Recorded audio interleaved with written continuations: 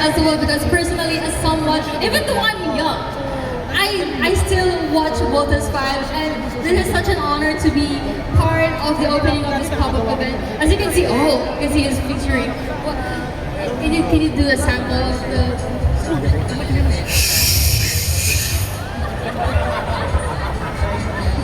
Don't be, all of us will most probably work. Oh, you guys are about to start right now. It's okay. It's okay. Take your time from unboxing and filling out all the pieces. Oh, it seems like Akira-san is helping them.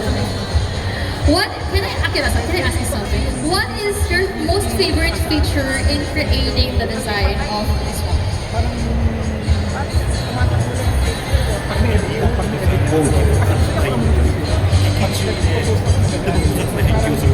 それができないので、そこのところいかに簡単におもちゃとしてやるかっていうのに苦労しました。 What was difficult was because, as you know, the Bomber and Panzer Voltine sequence in the live action is quite complicated, where the Panzer opens up and it actually part of it disappears into the figure, right? So it's not possible to be replicated with figures, so we had to develop a transforming and Voltine mechanism. It's as cool, but not too complicated. Now you guys know it's not too complicated. I think it's really easy for everyone to build. Can I see the hands of the people here who build their own figures? Oh, how much have you guys spent on building and buying these products? How much? Oh my gosh! Sir, vlogger po kayo? Hindi po, ano po kayo? DM vlogger, pick po yun. Ay, wow! Sir, vlogger! Hindi po. Because like I mentioned earlier, there will be a competition later. I will spend the mechanics later. And Mr. Akira-san will get a competition later. Mr. Akira-san. What do you think? Now that you see them building the whole thing right now, how do you mention holding it and seeing it all?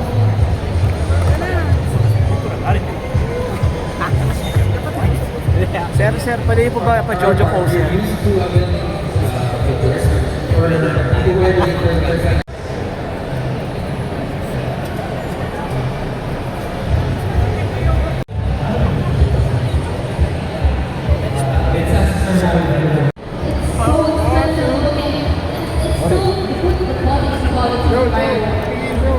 Mechanics here that they will do the best pose on their figure, but your figure should hold the weapon with both hands. Yes, just on top, but both hands touching the weapon. Both hands, because both of them will be battling each other with the best pose. So alongside Mr. Akira-san, the lead designer of the figure, you guys can decide also if you guys think if they are the better ones. Again, maybe also call Sir Melvin in front for a photo.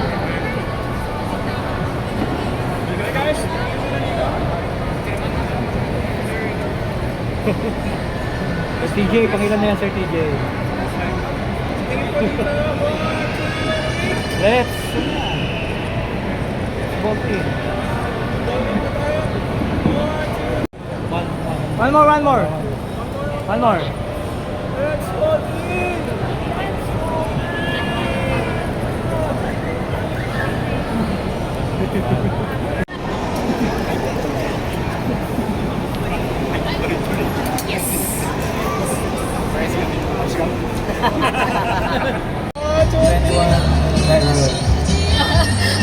Parang 21, alam na natin.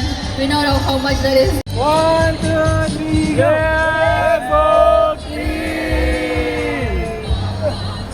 Vlogger ka? From the stage, you guys will follow.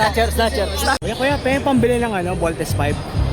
Kuya, pambili ng Voltes 5 meron. Palimos po pambili ng Voltes 5. 2,000! Yan ang Hoy! Bakit may ganyan ka? 1.5. 200. 250.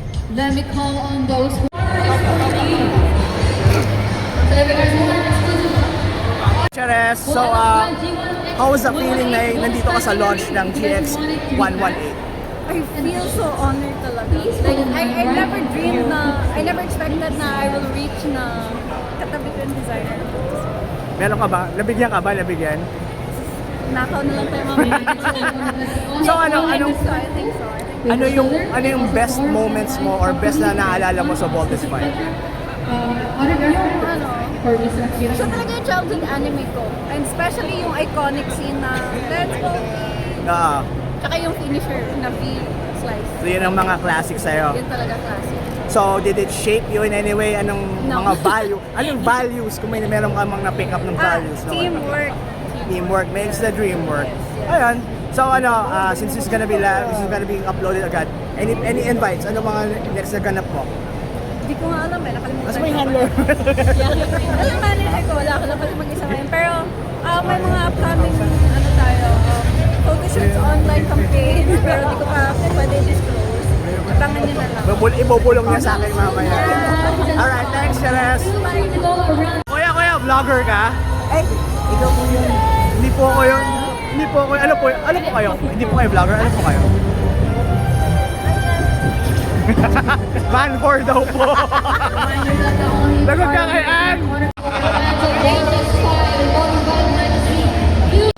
Okay, so what we're seeing right now is pumipan na si Akira-san sa signing copies with fans. And then nandun si Radson and si pangalan to? Ano si Big Bird? Si Bird. So ito po yung mga vloggers nagte-trade. Swap meet po. Naghahanap ng choso. Naghahanap ng choso. Wala. 150. 150. Ay wala, panalo to, nanalo. Ikaw. Kuromi. Ikaw. Wala. Kuromi. Ito may melody yata. Kuromi din yata. Cinnamon! S plus kapag cinnamon. Pogi lang. Hi, Pogi lang. Hi, Pogi.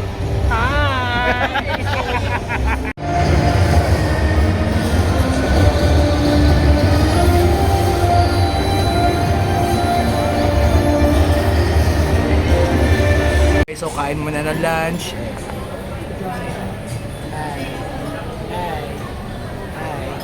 Ito sa malungkot sa dulo. Ano, malungkot ka? Hindi ka nakakain ng bukake? Nakakuha po ng malaki-laking discount, ha? Thank you, Great Toys. Alam mo, ha? So now, ikot lang tayo sa loob ng sales area. Ayan po. Kanina pa po yan, eh. Kanina pa po yan. Nanalo na po sa raffle at lahat yan, eh. Umiikot pa din. Congratulations sa raffle win mo, ha? So, ito na yung mga medyo mura na sa HF. So, sakto may one piece ako this week. Parang maganda to, ah. Ano? Ay, ano ba to? 1.8 yung Romance Dawn. Ito mahal. Eh, ito, magkano to? Anong price? Ganda pa naman. Tapos ito medyo mura, oh.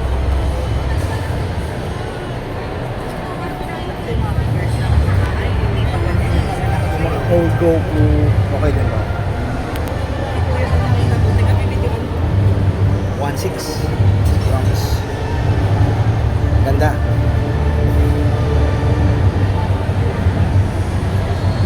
Mura. So nakakabudol to, ha. Ito ay 2.4. Pero malaki yung box niya. 2.4. Solid yan. Na-mention ko din kanina na may one piece ako this week. So, interesting. This is priced at 2.5. Si Zoro ay 2.5 din. Kasi ng mga Tamashii Nations na edition, event limited So, ito si ano, Go Vegeta 8. Tapos mga figure art Zero. Oy, ayan ang hinahanap ko, Godzilla. Eva 01 nila is 4,350. Meron din silang mga Tamashii Nation store na limited. So ito may Naruto for... Ikaw, nakabili ka na? Yes! Kainis! Si Anya. Ano yan? Chogokin? Oh, yung ba yun? No, kamambudol! Alang, meron pa 2.8 lang, 2.8. Ultraman and Chopper. Ganda ng Chopper ah. Paki-model po, please. Paki-model. Miss ano? Pili na po kayo. It's only 1,450 only here at Tamashii. No! Meron din tayo. Ito, kanina pa ako binubudol. May Yamato. Pero zero yata to. And then, shit, ang ganda! Ilang picture lang tayo. Tapos ito yung ano, last year yung 50th na Chogokin GX31SP. Ayan, 16K. Yung bagong labas, which is the Legacy, is the GX118. 21,900. Damn! Ganda. Hindi ko alam kung saan kami makikita. Meron din dito for Naruto fans, may Sakura, Shippuden Sakura, 2.8. Tapos Gaara, and there's a Naruto 99. What is this? New one? Sinama mo ba to? Ano yan? Tamagotchi but robot. No! Masyado kang 3,000. cute! No! No! Unbox na na-unbox. So it's a robot, but it has an actual Tamagotchi. And that's for? 3,000 pesos. No. Around 3,000 pesos. Ikaw, ano nabili mo? Wala. Naikuha na lang ako. Uy, ang ganda ko. Enjoyer ka lang dito. Bibili mo na. This is for 2.4. Buksan mo yung ano, bibili mo.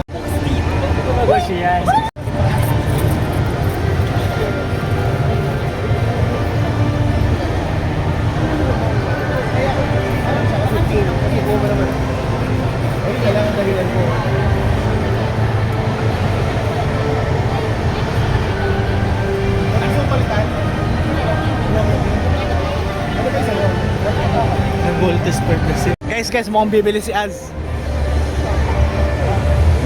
Bibili ka na? Muli po sa acto. Bibili ka! Ayan o. Ayan. Ano yan? Bibili na. So, yan? So, pakibalik po. Ito yung cashier. Ayan. Bumibili talaga ng Goldis 5 ngayon. And, what do you know? Sample ka. Bigat siya. In fairness, mabigat siya. Bakal eh. Heads up lang kita. Isip ko pa kung bibili ako ng One Piece or kukuha ko ng Goldis 5. Pero right now, ikot muna tayo and I'm gonna show you yung display area dito sa Robinsons Manila. Let's go!